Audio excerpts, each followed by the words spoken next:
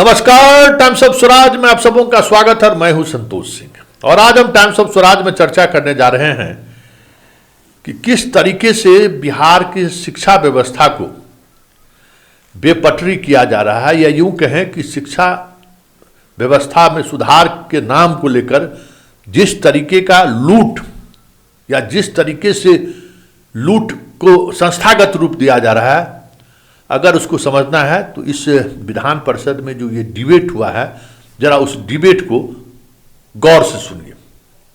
बहुत सारी चीजें आपको समझ में आ जाएंगी कि बिहार में शिक्षा व्यवस्था के सुधार के नाम पर, बिहार में गुणवत्तापूर्ण शिक्षा के नाम पर खेल क्या हो रहा है और किस स्तर पर उस खेल में खेला हो रहा है।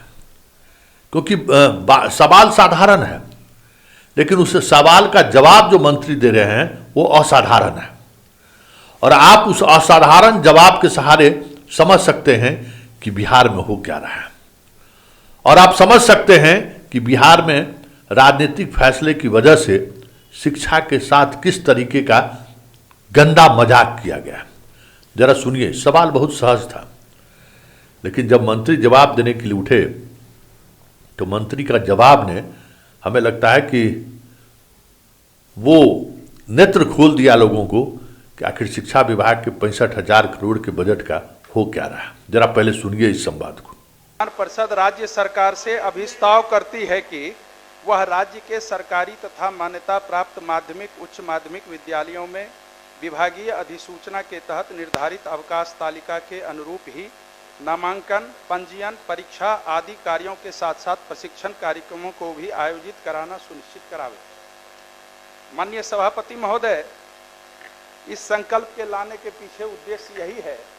प्रशासनिक विभाग शिक्षा विभाग है, लेकिन बिहार विद्यालय परीक्षा समिति द्वारा चाहे वो मासिक परीक्षा हो या वार्षिक परीक्षा हो या सेंटअप परीक्षा हो, विभाग द्वारा यूडाइस कोड का कार्य हो, पंजीयन कार्य हो, परीक्षा प्रपत्र भराने का कार्य हो, आए दिन लगभग 5-7 वर्षों से देखा जा रहा है विभागीय जो अधिसूचना है, जो निर्धारित अवकाश तालिका है, उसकी अनदेखी करके बिहार विद्यालय परीक्षा समिति भी और विभाग भी, एक बिहार शिक्षा परियोजना है, एक SCERT है, राज्य शिक्षा एवं शोध संस्थान, शिक्षण प्रशिक्षण संस्थानों में छुट्टी में ही चलाती है।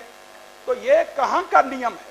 एक तरफ प्रशासनिक विभाग छुट्टी निर्धारित करती है, दूसरी तरफ छुट्टी के दिन परीक्षा लिया जाता है।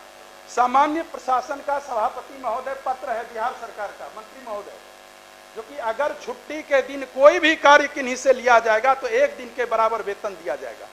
काहे नहीं क्षतिपूर्ति दिया जाता है? उसके बदले एक और विकल्प है, अगर छुट्टी के दिन कोई भी कार्य होगा तो उसके लिए अतिरिक्त अवकाश देय होगा, लेकिन कहीं कुछ देय नहीं होता है। पिछले साल ग्रीष्मावकाश की चोरी कर ली गई।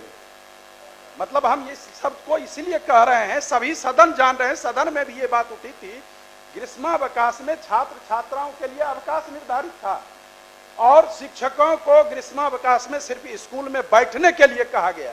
तो ये क्या क्या विभाग में हो रहा है। अभी भी मंत्री महोदय को हम धन्यवाद देते हैं, मुख्यमंत्री महोदय को भी धन्यवाद देते हैं, जो कि 10 से 4 बजे का जो समय था, जो दैनिक अवकाश था, जो विद्यालय संचालन का था, उसमें शनिवार को मंत्री महोदय छोड़ दिया गया है। शनिवार को मुख्यमंत्री महोदय ने विधानमंडल में ही कहा था, आपने भी कहा था, शनिवार को सब दिन हाफ डे होता था। तो ये सब जो हो रहा है, कम से कम इसको आप माननीय मंत्री जी के लिए कुछ छोड़िए। महोदय विभागीय स्तर पर ये स्पष्ट मंत्री महोदय कर दें, चूंकि मैं कोई ये संकल्प लाने की जरूरत ही इसलिए हुई, जो कि जो सामान्य प्रशासन विभाग का निर्देश है उसके तहत या तो क्षतिपूर्ति उनको अवकाश दें या तो उनको 1 दिन के बराबर वेतन दें, नहीं तो आप ये निर्धारित कर दें जो शिक्षा विभाग का अवकाश है उस अवकाश के दिन कोई भी कार्य नहीं होगा, चाहे विविध प्रोत्साहन योजना हो वो भी खोल दिया जाता है। छठ के दिन पूजा है, लोग अर्घ देने जाएंगे, उस दिन ऑनलाइन आप नामांकन कीजिए, रजिस्ट्रेशन कीजिए, अब टीचर वहां बैठे रहेंगे, तो छुट्टी क्यों दे? तो मंत्री महोदय इसको संजीदगी से सहानुभूति ठीक है, बोल रहे और शनिवार को हाफ डे को देखा।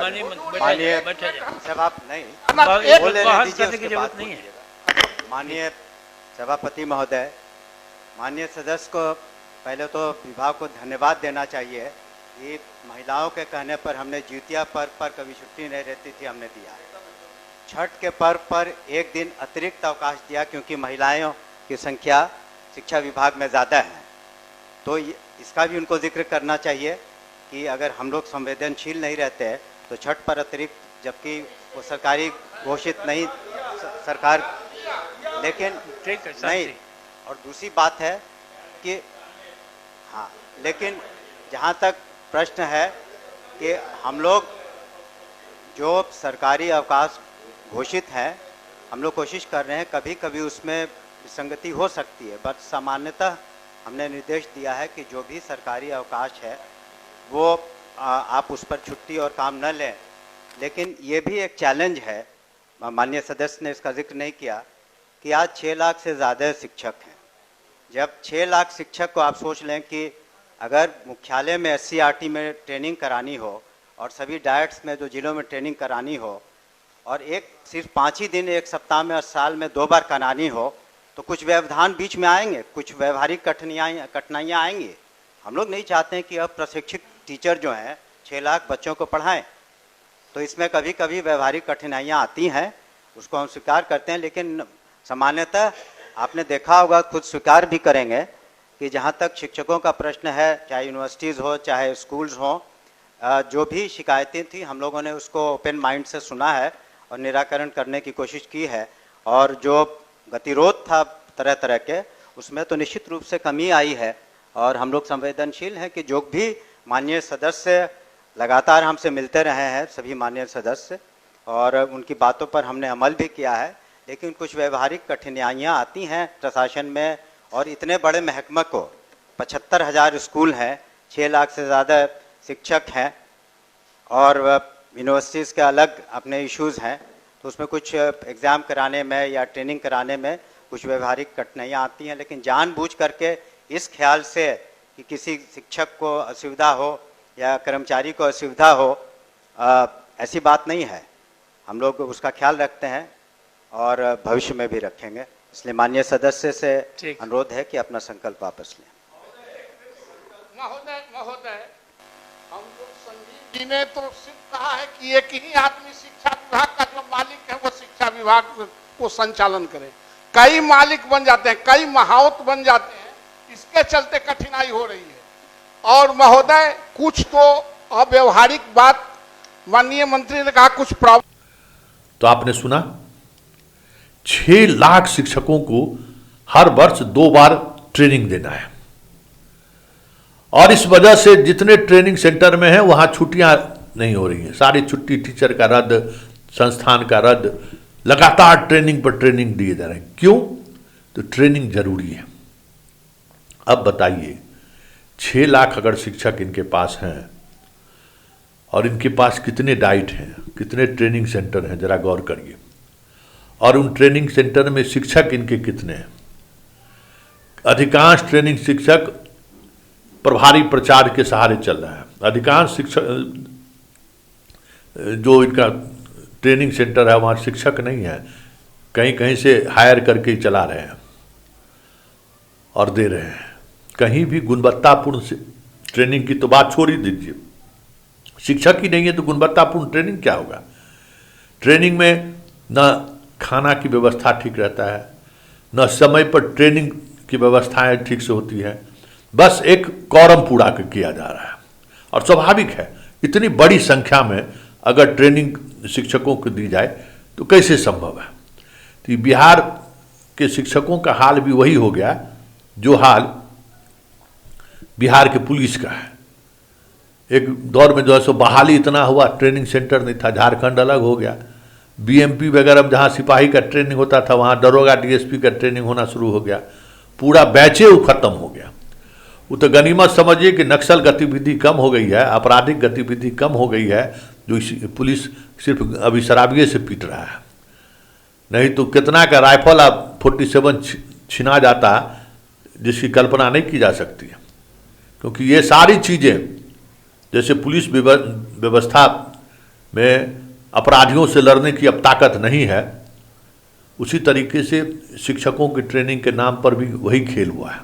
ट्रेनिंग संस्थान इनके पास है नहीं, और बात ट्रेनिंग की करते हैं, और हम ट्रेनिंग दिए जा रहे हैं। अब समझ जाइए कि 6 लाख लोगों को ट्रेनिंग देने का मतलब क्या हो सकता है, और अगर 6 लाख लोगों को ये ट्रेनिंग वर्ष में 2 बार दे रहे हैं तो उस ट्रेनिंग में किस तरीके की गुणवत्ता का ख्याल रखा जाता होगा, ये भी समझने वाली बात है। और उस गुणवत्ता के सहारे बिहार के बच्चों को पढ़ाने के लिए यही शिक्षकों को ट्रेनिंग दी जाएगी। आप समझ सकते हैं ना, बातों को समझिए कि किस स्तर पर खेल हो रहा है। बस एक बार इतना शिक्षक बहाल कर दिए, हो गया। अब तो फिर 2, 4, 5 साल 10 साल तो अब शिक्षक बहाली की तरफ देखना नहीं है। जो भी चीज़ जैसे भी हो, कूड़ा करकट जो भी हो, सब लेके चले आए। अब क्योंकि भाई ट्रेनिंग होना है, ट्रेनिंग के नाम पर भारत सरकार पैसे देती है, तो फिर चलिए अब ट्रेनिंग के नाम पर खेल हो रहा है।